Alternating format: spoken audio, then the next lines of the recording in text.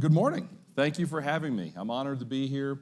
Ryan Detrick, Senior Market Strategist with LPL. I flew in from Charlotte yesterday, and my flight home is at noon today. So I'm here and looking forward to discussing markets and having a lot of fun. So, kind of building on a couple themes that Patty just mentioned. At LPL, we've been bullish on the economy. We've been bullish on the stock market for the 4 years that I've been there, and we still are in that camp. Now, let's put things in perspective. This is a 10.5-year cycle of growth for the U.S. economy, as Patty said, an all-time record. But if you look at nominal GDP, we've created about 50% nominal GDP this cycle. The previous 10 cycles, back to World War II, averaged 50%, actually 49, but close enough. So the question is this the longest cycle of growth ever? Yes. Maybe is it just an average cycle of growth, suggesting growing at 2.5%, like we continue to see, this cycle can continue to go. Anyone in the room know the last time Australia had a recession? I'll yell it out. Patty knows probably. When was it? 28 years ago. The last time, so if you look all over Europe, you look all over Asia, 15 and 16-year cycles of developed countries without a recession. We're pushing 11 here in the United States. We used to have recessions every couple of years if you go back in history, back to the 1850s. We're more of a developed country now. So again, just because it's a long economic cycle, and I'm going to share a lot of charts and go through some more things, that doesn't mean you just have to fall into a recession right away. Lastly, it's an election year, as we all know. And we just did some research on this because it's one of the most popular questions we've had from our advisors really the last couple of weeks. Okay, this is year 4 of the election cycle. What does that mean? Well, we have a president up for re-election. We took a look. You have to go back to 1940, the last time the stock market was down when a president was up for a re-election, FDR. We all remember 2000, 2008. Those are lame duck presidents. It's never this simple. But just think about it. Why? It's not about Republican. It's not about Democrat. It's about getting reelected. Also, we've never had a recession during the 4th year of a presidential cycle when the president's up for re-election, going back to the Great Depression. So these are just some key notes that we kind of always have in the back of our head that suggest, again, this bull market's old, but it hopefully has a little more life to them. Now, there's lots of positives we've seen out there. One of the positives that I think has just recently been taking over, millennials are really starting to kind of go out and branch out and grow. Some of them are even leaving their parents' house. In fact, I got a kind of behind-the-scenes pic right here of some millennials that took their $30 million. They left mom and dad's house and they flew the coop, and they're going to start growing and helping the global economy. Now, it's obviously a little joke, but one thing that we've learned from Megxit, right? We call it Megxit. One thing we've learned from Megxit, it's not about if you're a prince, you're a queen. It's not about what color you are, religion you are, rich, poor. None of that matters as much as what we learned here. When the holiday season is over, there's nothing you want more than to divorce your family. So 2020, we made it. Let's take a look back. In 2018, okay, the United States stock market, looking at the S&P, was up a record 9 years in a row. GDP grew at 3%. Some of those things that we talked about when Burt White was here and John Lynch were here, discussing why the economy could keep going. Well, 2018, we had 3% GDP growth, the first time since 2006. Best economy we'd seen in 13 years. Earnings up 23% on the S&P, yet the stock market was down. 2019, the economy has clearly slowed down, yet stocks gained over 30%. We're going to kind of talk about what happened there. But we think if you look at 2018 specifically, a big event. Remember the 4th quarter, the big 20% correction, the bear market that we saw? Technically, it wasn't a bear market, down 19.5%, but it sure felt like one, right? On October 3rd, Vice President Pence gave a very aggressive toned speech toward China. This is, again, October 3rd, 2018. October 4th, Fed Chairman Powell said, long way from neutral. All you got to know that meant we're going to hike rates more than you guys think. Those two events, an aggressive tone toward China, and really what we know now is probably one rate hike too many from the Fed at the end of 2018, caused that massive problem in the 4th quarter of 2018. The Fed, obviously, in 2019 changed. They've done multiple cuts. We'll talk about what that means. And look where we are with China. We just signed phase 1 of the trade deal a week ago. Now, 2018 was very unique. stocks and bonds were both down. That's the first time since 1969 stocks and bonds are both down in 2018. When you got your statements in the first couple of weeks of 2019, you probably weren't too happy. Gold was down, oil was down, stocks were down, bond was down. You got to go back to the Great Depression the last time we saw a year like that. Good news, 2019, what happened? Our friends in Ed Davis take a look at 8 different asset classes: stocks, small caps, EFA, that's international, emerging markets, bonds, gold, oil. All 8 were up at least 5%. So we saw nothing work in 2018. Fortunately, a lot of things worked in 2019. And as we called our outlook, bringing markets into focus, we look at 2020 and, things that we like to look at. Okay, the S&P was just up 30% for the year. What does that mean? Well, you look back in history, 10 out of 12 times that's happened, the next year was higher, up 15% on average. A big move in the stock market. You usually don't see another big move like that, but continued gains are actually normal. And when can stocks predict the economy? You could talk to 10 people, get 10 answers. I think there could be something there. Stocks do tend to lead the economy. When you have a 20% gain on the S&P 500 going back to World War II, it's happened 26 times. We fell into recession only twice. So 24 of those years, you had good stock market gains. The economy continued to expand. And we really think the good gains that we had last year in the stock market, a lot of that was forward-looking. What we're finding out now is the trade deal with China was probably agreed to in a private room in the middle of October. And then in December, it was very clear, and we just signed it. So a lot of those big gains in the fourth quarter of last year were kind of forward-looking. And probably going to take away from the gains we potentially could see in 2020. But just bigger picture, there's a much better backdrop, we think, than really what we've seen before. So Murphy's Law, nothing is as easy as it looks. Everything takes longer than you expect, and here's what we all remember. And if anything can go wrong, it will at the worst possible moment. I think to the fourth quarter again. Remember the fourth quarter of 2018, sorry. The government was shut down. The Fed did one more rate hike on December 18th. The market collapsed. We had that 4% drop on Christmas Eve. Just vicious, vicious sell-off. Everything that could go wrong did go wrong. Now, one of the cool parts about my job is I get to travel the country. I'm in New York for a couple days next week, Columbus, Ohio after that. I ate at Elway's last night. Anybody ever been there? Yeah, that was neat. To get to get some good food when I check out new cities. They get to read a lot on these plane rides, and one of the things that we all know Murphy's Law. One that I read about that I'd never heard of, but found interesting, was something called Cole's Law. Anyone in the room ever heard of Cole's Law? You guys ever heard of Cole's Law? There we go. Yeah, see? All right, so I kind of hinted at this. This is what the S&P does after a 30% gain. And the bottom line is 10 out of 12 times the next year's higher, 15% on average. So when you're worried about, okay, the stock market's doing so well, actually let's take a bigger look at things. So the S&P's up a lot. Small caps in the United States are not even at all-time highs right now. The NYSE composite, which is a composite of 1,900 stocks, 1,500 US, 400 global, just broke out the new highs about 3 weeks ago, okay? You look at financial stocks, they're where they were in 2007. A lot of them aren't even above where they were in 2007. Emerging markets, which I'm going to talk about, we like emerging markets. They had a really rough day yesterday with the news out of China with the virus that's spreading. Nonetheless, we like emerging markets. Emerging markets are nowhere near all-time highs. You look all over Europe, a lot of countries still are all-time highs from 21 years ago, okay? So yes, the U.S. has done great. One of our big themes in 2020 this year is maybe the U.S. will pull back a little bit and some of these other parts of the world can do well, specifically emerging markets are where we're tilting a lot of our portfolios. Yogi Bear, it's tough to make predictions, especially about the future, but we're going to try it anyway. So this year, in the U.S., first off, we released our 2020 outlook the first week of November. One of the key things I want to discuss is we didn't anticipate the deal with China being done this quickly. One of the big problems with what's going on with the economy, the consumer is the all-star. The consumer, I see some of the recent data, consumer makes up 72% of GDP. That's probably a little too much because business investment's really one of the key things that are going to keep this cycle going. For the last 2 quarters, it's detracted from GDP, okay? Business investment stopped. Why is that? Because of the uncertainty over trade, more likely than not.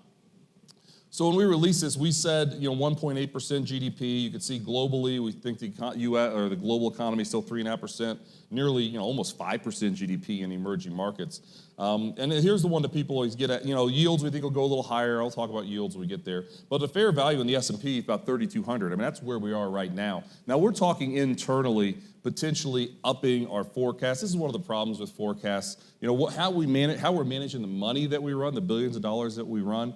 We are not taking off risk here. We still think this bull market's alive and well. It's just we didn't anticipate in November when we came up with these things kind of how quickly we would find a resolution with China. And you look at some of the recent data that we've been seeing. Some of the global leading economic indicators, keeping this real simple, went down for 17 straight months, just had 2 months ticking higher. CEO confidence all of a sudden is starting to tick higher after dropping. Consumer confidence is high-ish, starting to waver a little, but CEO confidence has been low, and we think it's connected to the uncertainty over trade. But those are some positives that now we have more clarity on trade, which I'll talk about. Those are bigger drivers to help keep this economic cycle going. Socrates, I know one thing and I know nothing, but what did we know in November of 2018? We had a midterm election. We knew we had a Republican president. Well, we knew after that happened, we had a split Congress, right? Senate to the Republicans, House to the Democrats. What this chart shows you is under the scenario of a Republican president, the best scenario for stocks, which is on the left there, that's the S&P 500 in black. Stocks do best when you have a split Congress.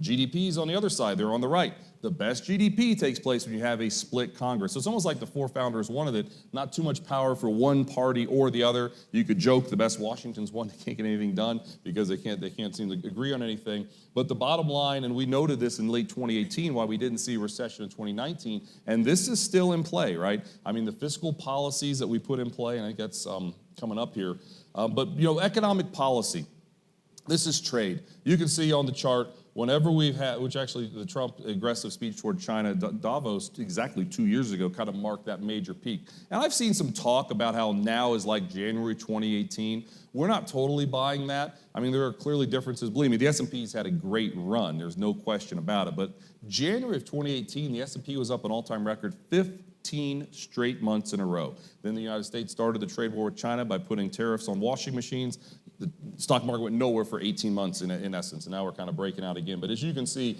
every time trade talks kind of turned tough or kind of fell apart, that led to sell-offs over the last couple of years. What's the trade dispute really all about? Again, it's a good thing we had phase one, or a real good thing we had phase one sealed, signed, sealed, and delivered this week. But this is tariffs that countries pay. You can see China in red, they're about 10%, or I'm sorry, not they pay, but the average tariff that they have is about 10%. The argument the United States has is China's more of a developed country now. Their GDP just came in earlier this week at 6.1%. All you gotta know, that's the lowest they've had in 30 years. I mean, 6% GDP is good, but still they are slowing, so they're becoming more of a developed country. And we think a lot of this, yes, intellectual property, the way China, the military acts, the way they treat their citizens, with Hong Kong, all these things, but a lot of it has to do with the tariffs. And South Korea, as you can see, is on the right. And these are 2017 numbers, because that's the last full year before the trade dispute started. South Korea has drastically lowered some of their tariffs. So these are some positive things that we see. These covers, lies, lies, lies, hey, China, stop stealing our stuff, those are from 5 and 7 years ago. I mean, this is really nothing new, the trade stuff with China. Yes, it caught a lot of people off guard in 2018. It was a big reason why we had good GDP and good earnings growth. The stock market was likely down, but it was also up 9 years in a row. But this is just putting in perspective. This has been around for a while now. Mark Twain said, history doesn't repeat, but it rhymes. In 1995, U.S. and Japan stumbled toward a trade war, the date of the summertime of 1995. What happened in 1994?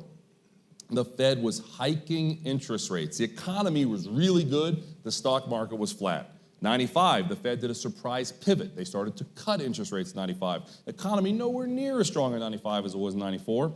And the United States had a big trade war with their largest Asian currency, or the largest Asian partner at the time. Stocks had one of their best years ever in 95. That's a lot like what we're seeing now, where the stock market didn't do much in 2018, economy was good. Fed was hiking rates, 9 interest rate hikes leading up to the last hike in late 2018. Fed did the pivot, 3 interest rate cuts last year, and stock market did well. And what happened in the late 90s, we know, 96, 97, 98, 99, The economy kept going. Stock market did tremendous. We're not predicting some type of a major boom like that, but we do think, you look back in history, there's some major similarities, and this economic cycle indeed can continue to go. I love Warren Buffett quotes. This is probably one of my favorite. I checked the actuarial tables, and the lowest death rate is among 6-year-olds. So I decided to eat like a 6-year-old. Kind of like Warren Buffett. So that brings me to eating pizza. Anyone in the room like pizza? Hope so. If I told you guys for $20, I need hands, just a little participation, just your hand. For $20, you want the best deal. Who in the room would buy $20 for the large? Or who would think there's more, bang for your buck, or $20 on the 2 medium? So by a show of hands, who would buy the large for $20? Couple hands. So the 2 mediums should be a lot more hands, I hope. Yep, a lot more hands. Look at this. You look at the circumference, there's actually more to the large. Now, for what it's worth, I got this wrong too. I like using things when, that's kind of neat. It's an optical illusion. You see 2 versus 1, you think you squish it together, but nonetheless, what we know when you use math and just try to take a step back is the large is worth more.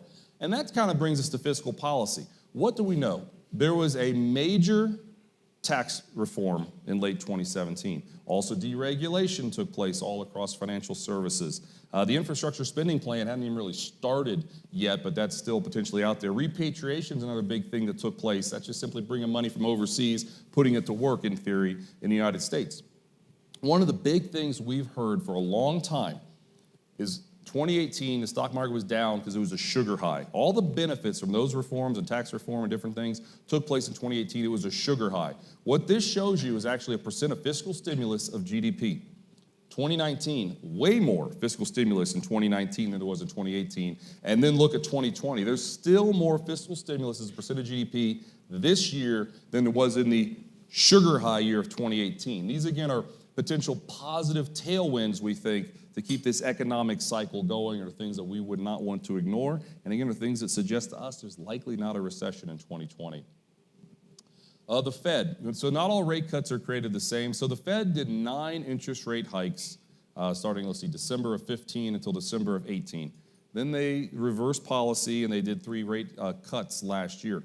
Something we heard a lot about was when the Fed started cutting rates in 2001 and 2008, and you can see those are the two, or actually 2001 and 2007. That's the S&P 500 return 6 months and a year later on the right. It's negative. We heard a lot about, the last time the Fed cut rates, we went into great, tech stocks were down 90% in the 2000s, financial stocks were down 90%, my stock market got cut in half. But what they don't tell you is you look back in history, and let's see here, 84, 87, 89, 95, and 98, stock market did pretty good after a cycle of cutting. The other thing that they don't always tell you, I'm from Cincinnati, Ohio, it ain't bragging if you're telling the truth. Pete Rose, I like that one. Here's the truth.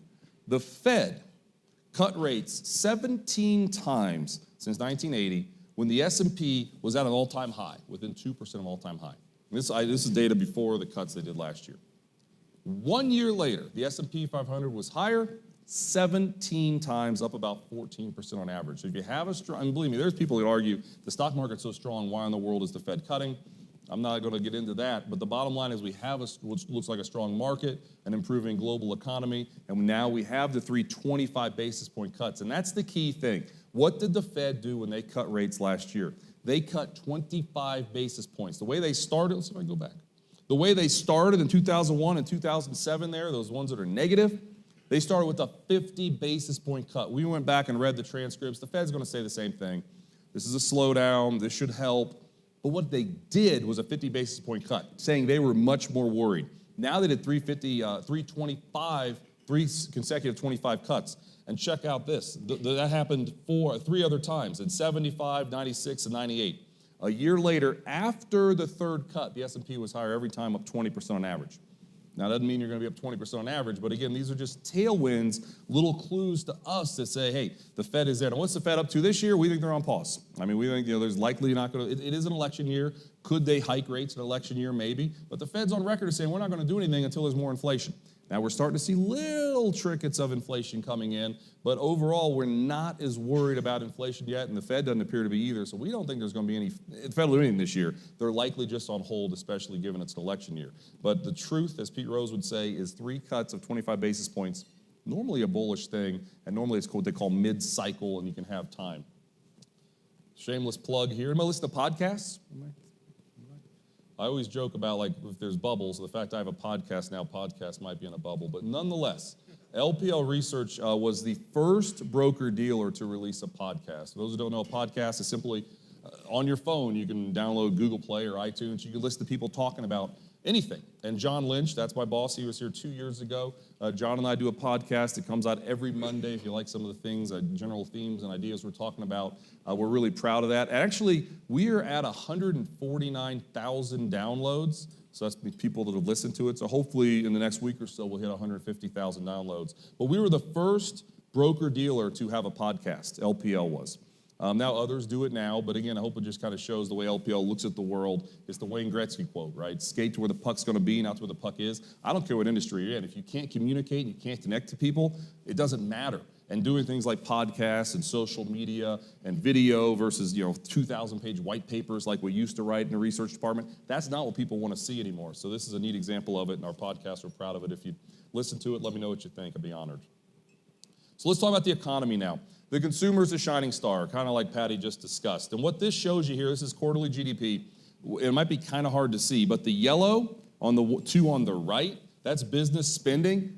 It detracted. Business spending detracted from GDP 2 consecutive quarters for the first time since financial crisis. The big blue part, the two on the right, the big blue part, that's the consumer spending.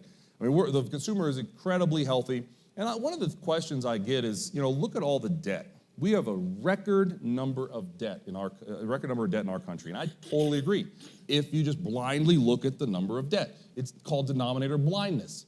If you look at overall net wealth relative to debt, we're near the lowest levels we've been since the early 80s. I mean, so again, the big number's there, but wealth has been going up. Clearly, the stock market's been going up, a big part of it. So it just is a different way to look at it. And again, the consumer's in really good shape in our view. I mean, the recent retail sales numbers that we saw just a week ago, up almost 6% year over year. And that's because December 18, the stock market crashed. People might have held back a little bit on buying that big excursion. But the consumer still looks really healthy, and that's a great thing that we think can keep this cycle going. We need business investment, business spending to come back. And now that we have more of a trade agreement with China, we think that's potentially going to take place, and that can just another reason to extend this business cycle.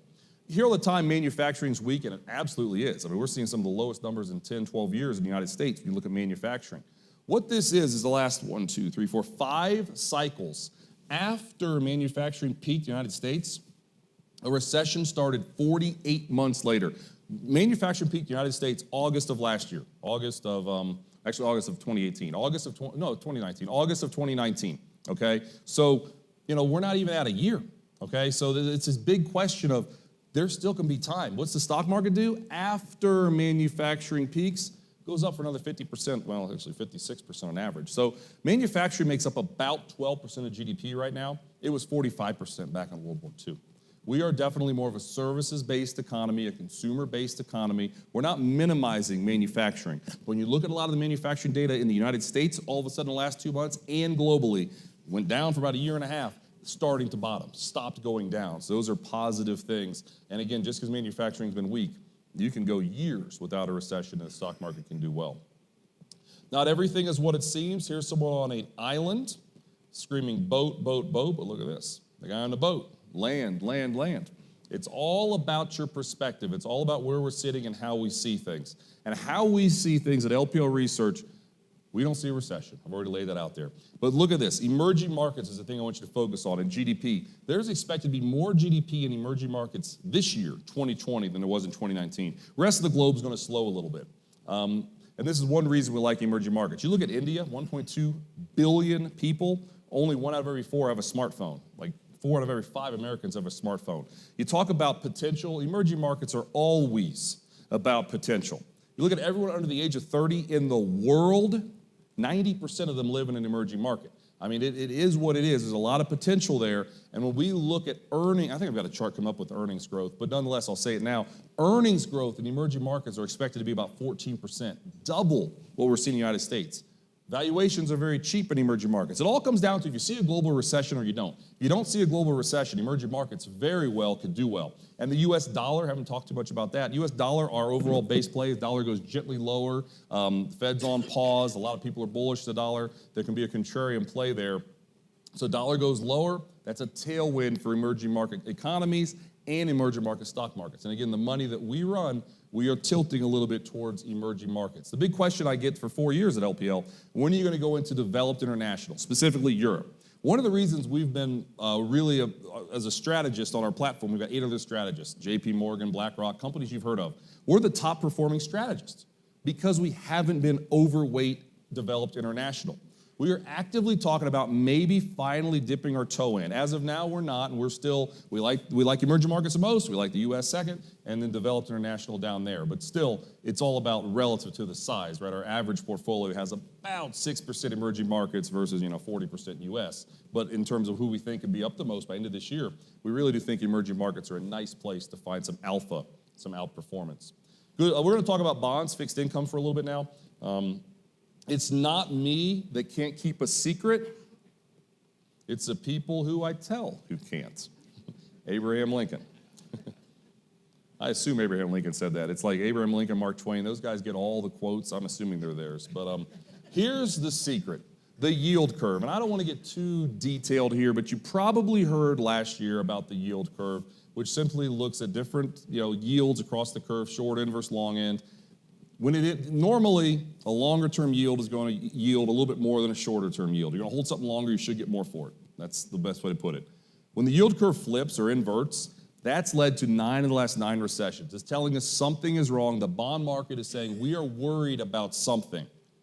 Well, for about the time it took to drink a coffee in late August, the 2-year versus 10-year yield curve did invert here in the United States. The shorter end of the curve inverted earlier.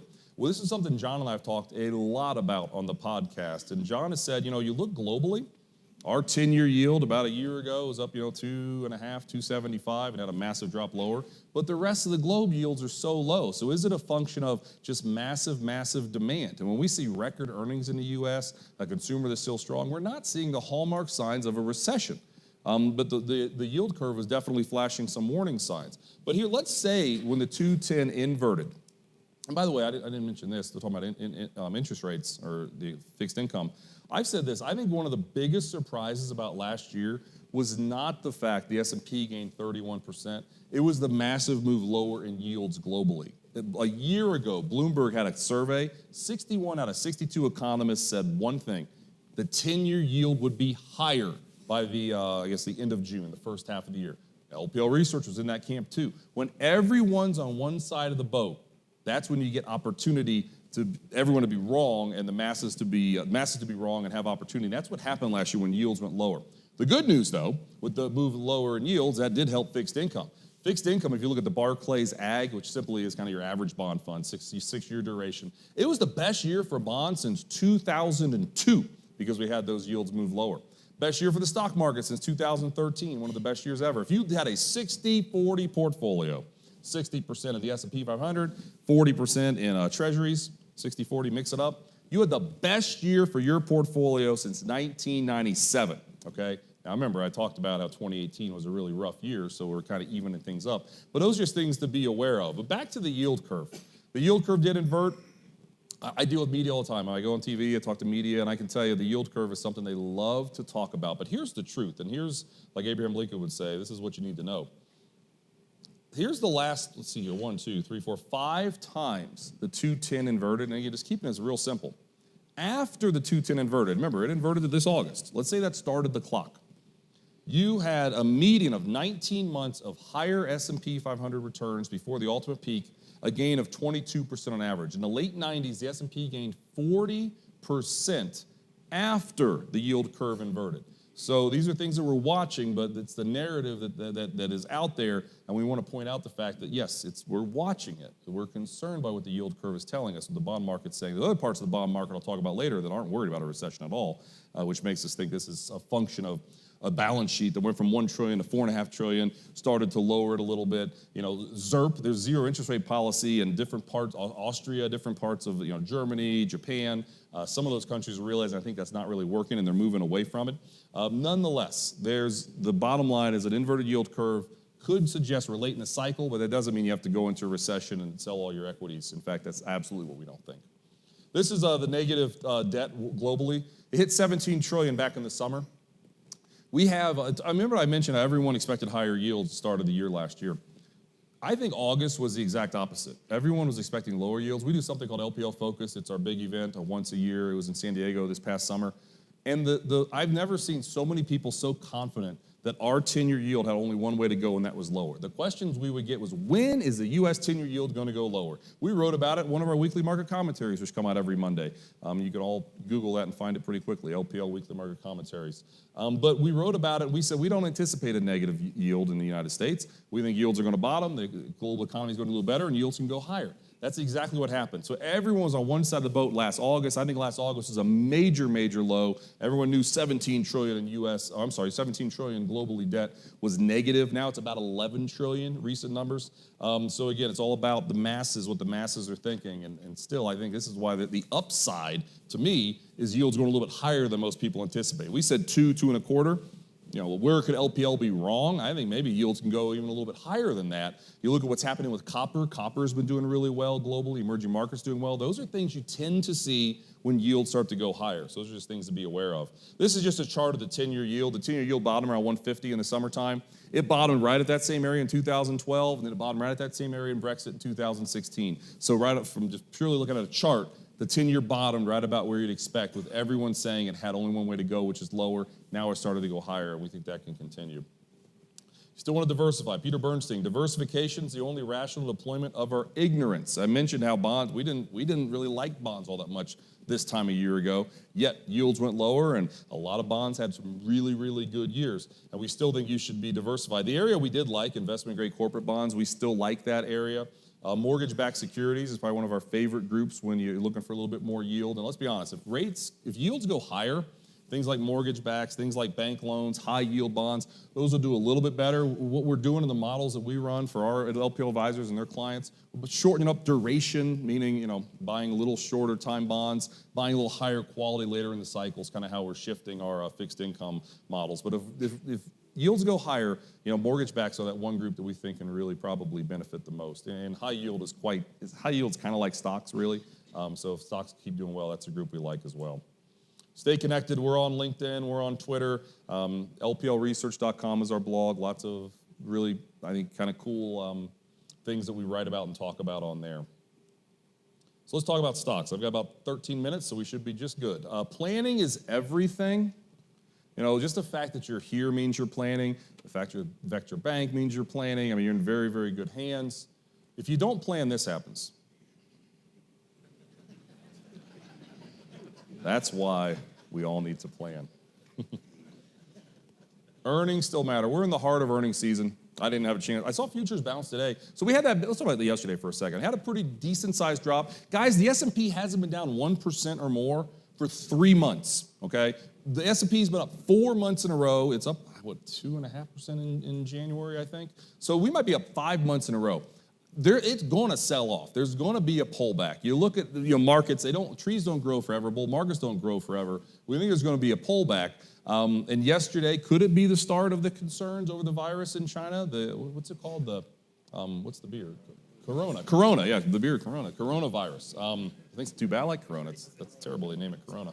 But anyway, the coronavirus, everyone thinks back to SARS. We're trying to find what happened before. And SARS in 2003, 2004, it definitely took off.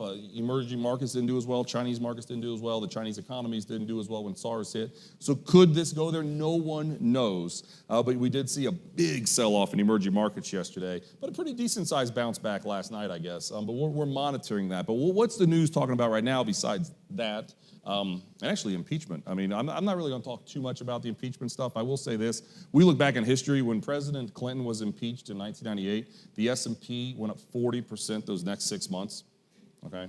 Now it's not because he was impeached, obviously, but it's about how the economy is doing. The economy can take these things in stride. In 73, 74, when Nixon was going to be impeached, he dropped out of president. He was no longer president because he saw the writing on the wall. But the economy was in one of the worst bear markets, or the economy is in one of the worst recessions we'd seen since the Great Depression when that was taking place. If the economy is strong, that can really take care of a lot of problems. You talk about Iran for a second. So everything going on with Iran. We took a look at the 20 the most recent 20 major geopolitical events that took place going back to World War II for the United States. What's the S&P do? back to Pearl Harbor. The S&P drops about 5% on average for 3 weeks.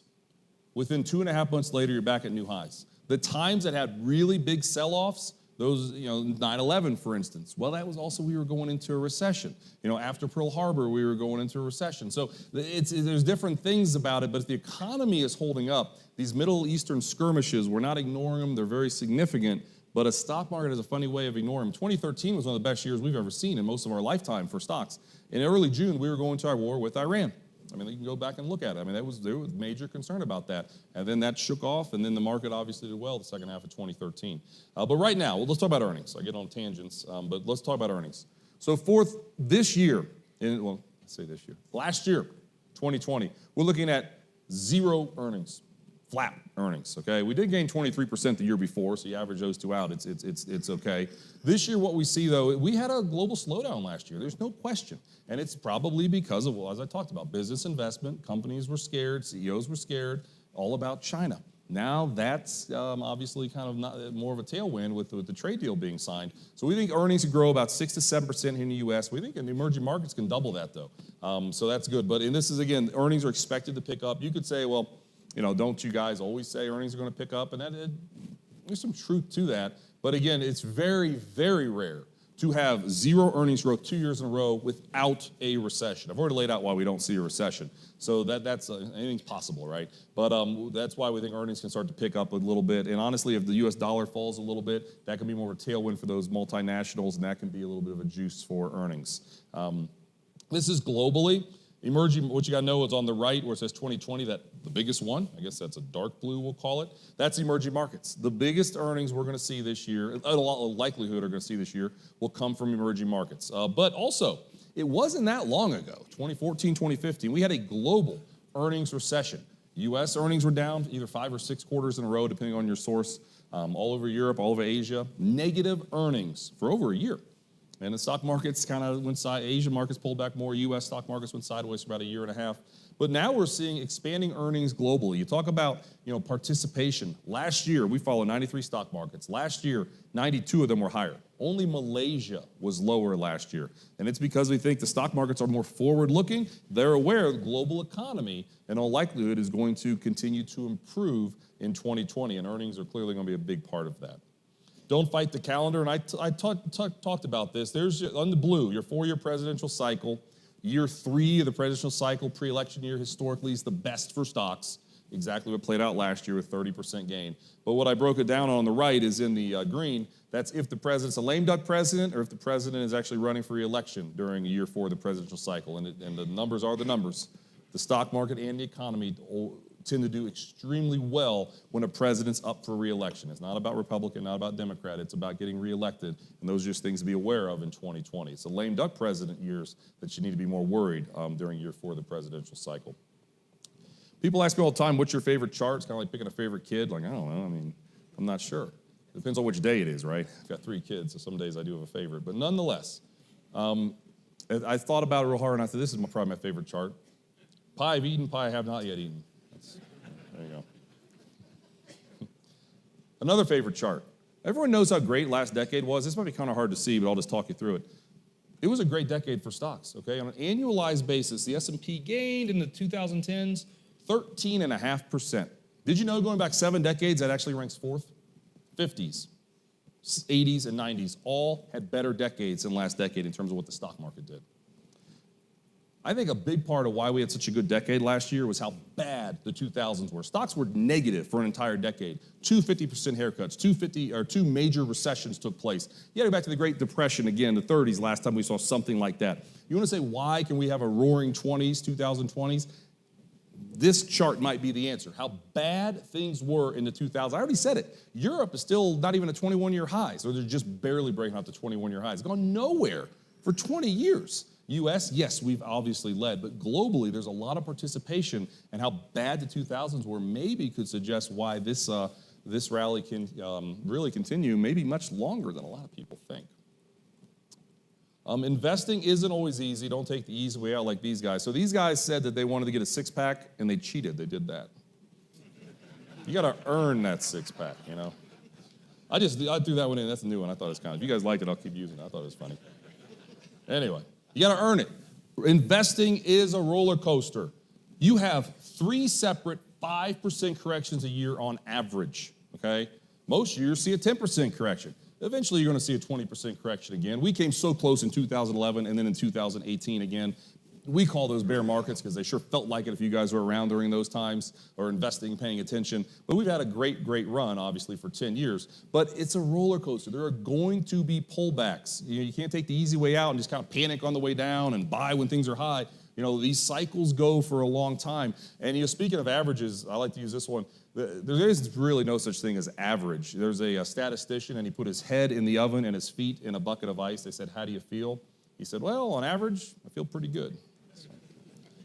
Learn from the mistakes of others. You can't live long enough to make them all yourself. Eleanor Roosevelt, I like that one. This is the over index. This is a proprietary indicator we use. We look at 3 things: overspending, over leverage, overconfidence. We say bull markets don't die of old age, they die of excesses. We're not seeing anywhere near the spending we saw in the 1980s. You look at confidence, we're not seeing anywhere near the confidence we saw in the 1990s. Look at leverage, we're not seeing anywhere near the leverage we saw in the system that we saw when companies were 40 to 1 leveraged 10, 12 years ago. They can only be 7 to 1 leveraged now due to new regulation. So again, more reasons to think that this cycle can continue because we're not seeing the overs. Consumer confidence is definitely high, but again, CEO confidence and different confidence measures are not quite as high. Near term right now though, people are optimistic. We're going to write about this next Monday in our weekly commentary. We think we could be very ripe for a pullback. We've been bullish. We've been very bullish for 4 or 5 months now. And we really do think, though, that we're ripe because everyone's so happy, and that's when pullbacks can happen. But bigger picture, longer term, we're not seeing the overs we've seen before. Just a couple more and we're done. A few things are as surprising as the past. I don't know who quoted that, but I've seen it before. It's a good one. So let's look at the past for a second. I'm going to talk about the economy. Can the economy predict the president? If there's a recession, the incumbent party tends to lose. If there's not a recession, the incumbent party tends to win. It's worked every single time since 1924, Calvin Coolidge. Just be aware of that. Now again, a small sample size there, but still, if the economy's doing well, it tends to do well for the party in power. What about the stock market? Can the stock market predict who's going to win in November? We took a look. If the stock market by the S&P 500 is up 3 months before the election, so 3 months, 3 months before and the day of the election, or day before the election, I guess. If the S&P's up, the incumbent tends to win. If the S&P's down, the incumbent tends to lose. And that's it's worked 20 out of 23 times every time since 1980. So what the stock market's doing ahead of the election might give us a little clue. Think back to 2016. Everyone, including LPL Research, said Hillary Clinton would win. She did not. You know who didn't say she'd win? The stock market. We had a record 9-day losing streak from the Dow right ahead of the election. Copper, the industrial metal of copper, a President Trump potential play, had an all-time record 14-day win streak directly ahead of the 2016 election.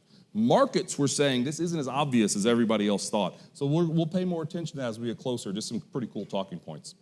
Another reason you can't always believe what you see, sometimes our brain's a wonderful thing, but it plays tricks on us. I need a little participation. Stare into this right now.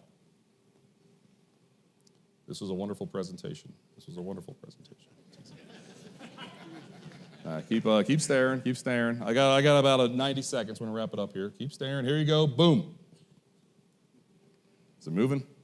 That's Starry Night by Van Gogh. If you looked at that and hopefully it worked, that whole thing is moving. Your brain is playing a trick on you. That picture doesn't move because you saw something first, you remember it, it plays a trick on your brain, and now Starry Night should be moving all over the place.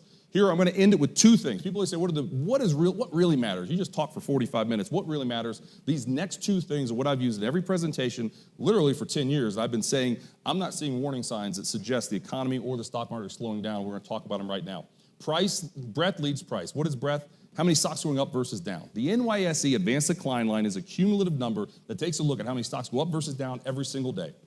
This peaks on average 15 months ahead of the S&P 500. The late 90s, it peaked at 98. Stock market kept going up, but the NYSE Advanced Decline Line is going down, meaning not as many stocks were participating. It was a weak underpinning. Tech was only going up. Eventually, the crash happened. In 2006, 2007, Advanced Decline Line started going down well ahead of the ultimate peak in October of 2007. Financials were getting killed. A lot of their stuff under the surface were getting hit. Eventually led to a major stock market correction. The NYSE Advanced Decline Line last week made a new all-time high. You look all around the globe here, not the globe, look here. We like cyclicals, okay? We like technology, which is up 50% last year, so we're coming down a little bit on that. We like financials, we like industrials, we like those cyclicals. Look at kind of the baton being tossed back and forth. Different groups are leading. That's a positive. The advanced decline line is saying there is not likely a stock market peak happening anytime soon. I mentioned the smartest guys in the room are the bond guys. The yield curve said one thing. Look at credit markets. Look at high yield spreads and investment grade corporate spreads. Keeping it real simple, spreads are very low. Some of the tightest we've seen this cycle. What did we see in 2015? Spreads blew out before a major recession. Before every recession going back to the last 30 years, the high yield market and the investment grade corporate spreads would blow out. The bond market guys were sniffing something was wrong. The bond market guys are the smartest guys in the room. They're not worried. The advanced decline lines, if I can go back. The advanced decline lines making new highs. Market participation's not worried. Those are two things that to me suggest the economy will not have a recession and the stock market very well in a year from now will continue to be higher. So many choices. You can look under pies, meat and potato, $1.50. Potato and meat, $1.50. What are you going to do? There's just so many choices. Here's our views. We like value. You talk about value. We think the yield curve can start to steepen. Rates go a little higher. We really like financials. Industrials are clearly a play on trade. We think industrials are an area we're overweighting. The defensive names, like your utilities, and healthcare we're kind of neutral on, but energy we don't like as much, but utilities and other defensive names we're not as bullish on, because we think this economy is strong. We think this bull market has life, and we're sticking with kind of what got us to the party. We like emerging markets, as I laid out there, and when it comes to developed international, specifically Europe, we're having active discussions on maybe dipping our toe in finally after avoiding it for almost 10 years, but we're not quite there yet, so we're going to wrap things up. Why it pays to think outside the box. My doctor told me I needed to start eating more fish, so I started eating like this. He was not nearly amused when I went back. So I went to Xavier. Check out my Xavier socks. And where's Mary's? Put your hand up there. Mary went to Xavier also. She said, "You in Colorado next week?" I said, "Yes." So it's kind of funny how small a world this is. But so Xavier in Cincinnati. That's a picture of my dad. My dad passed away 2 years ago last week. And that was when Xavier beat Villanova, their number one ranked team. I guess it would have been in 2016, February 2016. So enjoy the moment. You just never know what's going to happen. So hopefully this bull market keeps going. Hopefully the economy keeps going. Hopefully cyclicals keep leading. Hopefully emerging markets do well. Those are the things that we're positioning the money that we run for our advisors and for their clients. But without our health, none of this stuff matters. So if I'm ever on LPL Research, I wish you guys all a very healthy and productive 2020. Thank you very much for having me this morning.